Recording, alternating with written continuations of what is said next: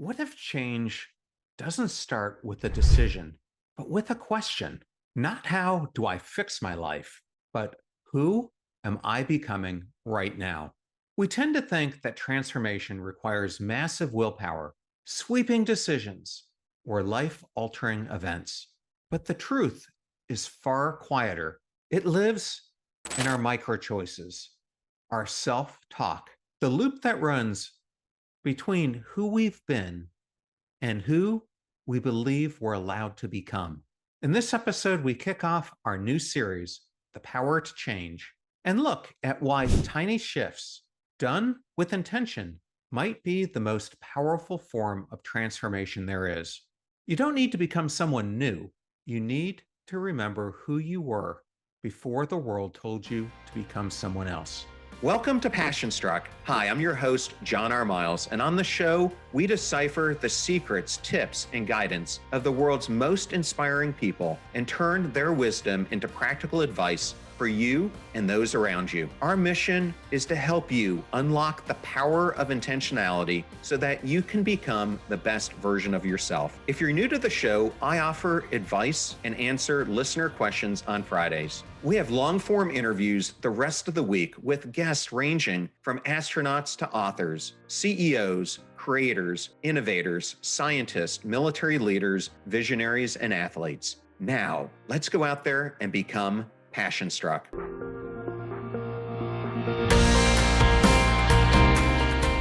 Let's start with a lie most of us believe.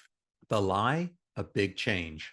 We think that transformation requires a dramatic rupture, quitting your job, ending a relationship, selling your house, flying to Bali, doing something seismic to prove that you're ready to become someone new. That's the myth that only massive, movie-worthy actions lead to real personal growth. But here's the truth. Change rarely begins with a dramatic leap. It usually starts with one small, quiet, powerful decision. Not a grand announcement, not an Instagram-worthy pivot, a single moment of clarity. One that often happens when no one else is watching. Consider the real-life story of Randy Blythe, lead singer of the band Lamb of God, who I interviewed in episode 574. Now, if you don't know Randy's story, you might assume his moment of awakening came with headlines and handcuffs. He's lived hard, he's been through hell, and has seen more chaos than most of us can imagine. But when he made the decision to get sober, it didn't happen on a stage, or in a jail cell, or in some 12-step circle of rock bottom drama. It happened in a hotel room in Australia. He was alone, hungover, and tired. He told me it was one of the most sober and rational decisions I'd ever made. I just knew this wasn't who I wanted to be anymore. Not fanfare, no rock star epiphany, just a moment of internal honesty. And in that stillness, he changed the trajectory of his entire life. That's how change actually happens. Not with explosions, with alignment. And science backs us up. My friend Katie Milkman, a behavioral scientist at Wharton, calls this the fresh start effect. In her interview, she explained how our brains are wired to embrace change more easily during moments that feel like clean slates, like first days, birthdays, Mondays, new seasons. People change best when they feel like they're at a fresh start, she told me. But you don't have to wait to New Year's Day. You can create the window yourself. So what does that mean for you? It means today, right now, could be your fresh start if you name it as one. If you decide to mark this moment as the beginning of something better. And if you're still skeptical, look at what BJ Fogg's research tells us. He's the Stanford professor behind the New York Times bestselling book, Tiny Habits, and he's flipped the old model of behavioral change on its head. You don't need to overhaul your life. You just need to lower the bar. According to Fogg, successful change doesn't come from motivation. It comes from designing micro behaviors that are easy, repeatable, and are connected to identity. Want to become a reader? Start by opening the book, not finishing a chapter. Want to get stronger? Just roll out the yoga mat. You don't have to commit to 45 minutes. People think they lack motivation, Fogg told me, but what they really lack is a system that fits their life. So, what does this all mean? It means that you're not one massive leap away from being the person you want to be. You're one decision away, one micro action, one fresh start you declare for yourself. That's how the myth of big change breaks. And that's how real change begins. So now let's talk about habits, not the kind that demand 30-day challenges or color coded spreadsheets. I am talking about tiny actions anchored to your existing routines that slowly reshape how you see yourself. BJ Fogg calls this the anchor model. And here's how it works. After I pour my coffee, I'll stretch for 20 seconds. That's it. No apps, no all or nothing thinking, just one action tied to something that you already do. And here's the real magic. It's not about the stretching. It's about what your brain learns from the stretch. I'm a person who takes care of my body. Each action becomes a vote for your new identity because identity-based change, it's stickier than outcome-based change.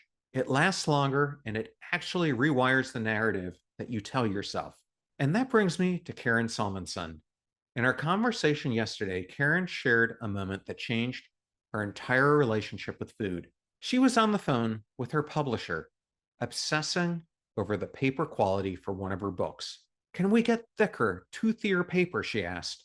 And then she caught herself. Why, she thought, am I so discerning with my books, but not with my body?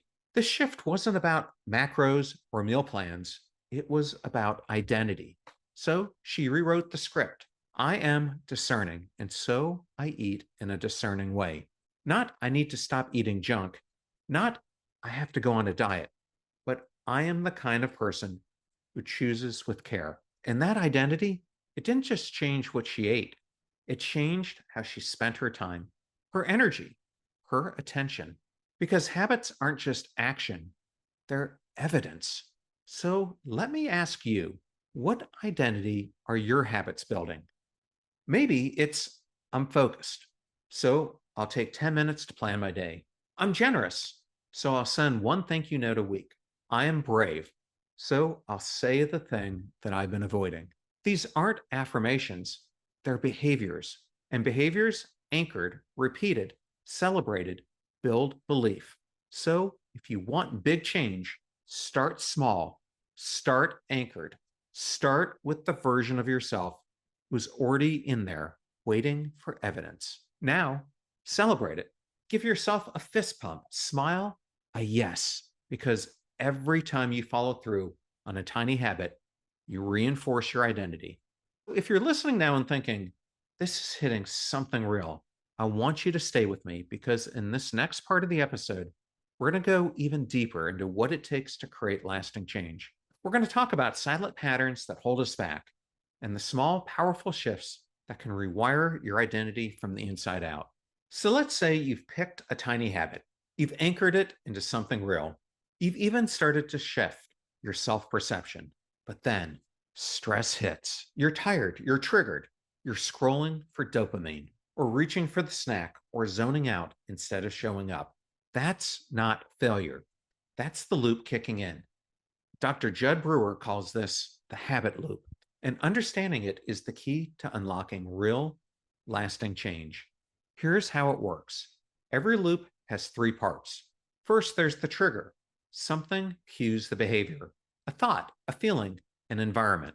Second, there's the behavior, your go-to action. Could be checking your phone, snapping at someone, procrastinating. And then third, the reward, what your brain thinks it's getting, relief, distraction, control. Now, here's the trick. Your brain doesn't care if the habit is helpful. It only cares if it's rewarding, even temporarily. So, what do? We disrupt the loop. We bring curiosity to the moment our autopilot wants to take over. Judd told me you can't force your brain to stop, but you can become disenchanted with the reward. Let me give you a real world example. I asked Judd, how do you help people quit smoking or stress eating or mindless doom scrolling? He told me you slow it down. You watch the habit as it happens. You get curious. So instead of judging the craving, you lean into it. Ask, what am I actually feeling right now? What do I actually get from this behavior? Does it do what I think it does? That micro pause, that's where the loop actually starts to lose power. And over time, curiosity replaces compulsion because the moment you stop rewarding the old pattern is the moment your brain becomes open to a new one. This is change psychology in real life. Not motivation posters, not shame spirals, just awareness, curiosity, rewiring. So try this. Next time you reach for the habit that keeps you stuck, don't resist it, just notice it. And ask yourself, what am I really needing right now? And is there a better way to meet that need? That's how change begins. Not with guilt, but with awareness. Not with willpower, but with design. Not with fixing who you are, but freeing who you've always been. And here's what most people get wrong about change. They think it begins with self discipline or willpower or some dramatic turning point that finally forces their hand. But in reality, most change efforts fail because they start from the wrong emotional space. Not from hope, not from vision, but from self judgment. I need to fix myself. I am not enough the way I am.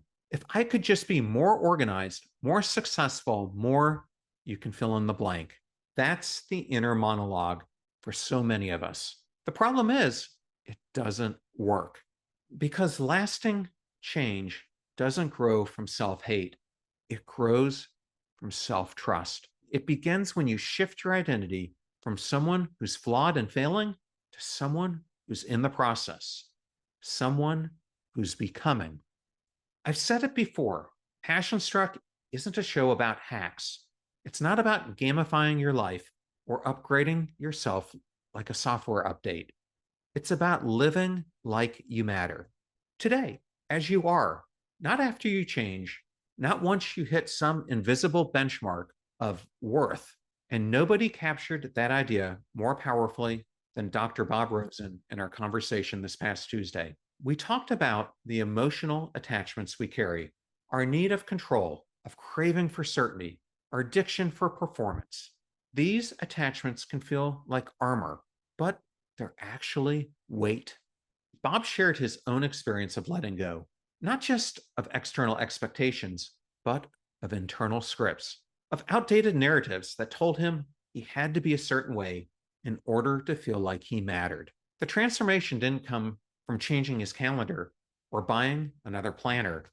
It came from releasing what no longer served him. He said, if you don't look at the pain, you don't change. And that hit me because trying to fix yourself without facing what's really driving you, that's like trying to repaint a house that's still on fire. Now, contrast that with what Karen Salmonson shared. Karen didn't fix her life by scrubbing it clean of all its pain. She built a new one brick by brick through something she calls emotional microshifts. Microshifts are small but powerful acts of realignment. They're not big moves, they're honest moves, like choosing a kinder inner voice, like pausing before reacting, like journaling for 5 minutes instead of numbing out on your phone. And those micro shifts, they send a message to your nervous system. You're safe now. You're growing now. You're becoming someone you can trust. That's the difference between becoming and fixing. Fixing says, I'm broken and I need to be better. Becoming says, I'm evolving into someone who lives in alignment. And here's what I've learned personally, painfully, and through hundreds of interviews. People don't change because they hate themselves. They change because they finally remember who they are. So here's your moment of truth. What are you clinging to that's keeping you stuck? What identity, what expectation, what fear do you need to release in order to grow? And if you did, what version of you might be waiting on the other side? Because the journey isn't about fixing the flaws part of you. It's about becoming the most honest, aligned, and powerful version of yourself. And that begins with a plan, not a choice. So let me bring this home for you. We like to imagine change as an explosion, a grand exit, a dramatic pivot, a before and after photo that's worthy of applause. But here's the truth: most change doesn't start big, it starts honest. With one question, you finally stop avoiding. With one habit, you start to shift, not because you hate yourself, but because you finally want to care for yourself. Real transformation isn't about fixing what's broken, it's about becoming someone you trust. That happens in micro decisions, in the stretch after your morning coffee, in the breath before the reply, in the story you stop telling yourself because it no longer fits the life you're building. This is what Katie Milkman, BJ Fogg, and Judd Brewer each make clear in their research. Sustainable change is identity driven, not outcome chased. Motivation isn't lightning, it's scaffolding. And your brain is more likely to believe, I'm the person who fill in the blank, than I'll hope one day. So don't wait for the new year. Don't wait for burnout or breakdown. Start where you are with the shift that fits in your next breath, because that is how it always begins. Let today be your fresh start. So now it's your turn. What's one belief you're ready to question? One tiny habit you're ready to anchor? One part of your identity you're ready to reclaim? Because change doesn't happen when you become someone else. It happens when you finally show up as you were meant to be. Coming up next Tuesday in episode 634, I'm joined by Kayla Shaheen, author of the Shadow Work Journal. Together, we explore intuition, emotional healing, and how to come home to yourself, especially when life pulls you apart. This episode is deep, honest, and full of the kind of wisdom we usually run from, but absolutely need. If we can allow ourselves to sit with the question marks and sit in the open-ended answers and come up with our truths and hear our narratives, there's so much healing that can happen throughout that process. And it's simply by drawing your attention back to yourself, because a lot of things are rooted in the self. And there's so much potential for change when we are able to channel our willpower and go through that process one on one with the self. Until then, remember this: ideas don't change your life, you do. Live life passion struck.